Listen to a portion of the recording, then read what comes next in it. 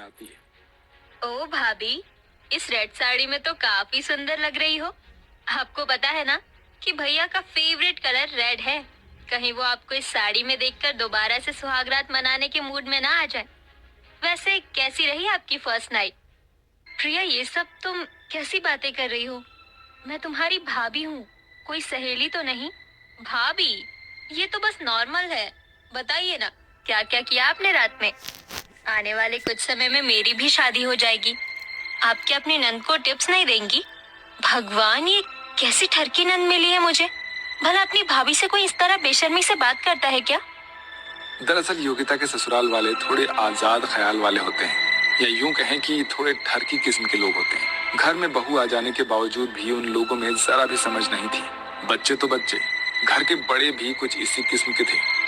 आज तो कुछ ज्यादा ही काम था घर में। एक काम करती हूँ, थोड़ी देर आराम कर लेती हूँ। घर का सारा काम खत्म करके योगिता अपने कमरे में आराम कर रही होती है कि तभी योगिता का देवर दिनेश बिना अपनी भाभी के कमरे का दरवाजा खटखटाए उसके कमरे में आ जाता है, जिसे देखकर योगिता अचानक से हिचकिचाते हुए घबरा कर उठती है। अरे दिनेश, तुम ऐसे अचानक कमरे में कैसे चले आए? तुम्हें दरवाजा खटखटाकर आना चाहिए था ना। भाभी, मैं कोई पराया मर्द थोड़ी ना हूँ, आपका देवर हूँ भाई है? और देवर तो भाई के समान होता है ना।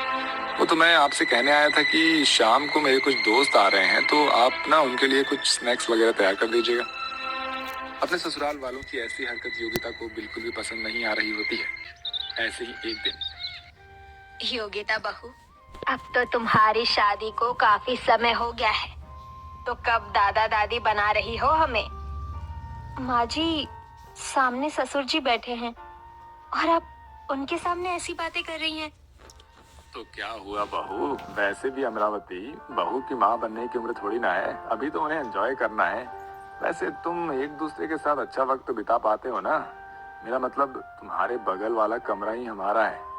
वैसे कल रात तो तुम्हारे कमरे से बहुत आवाजें आ रही थी, हैं?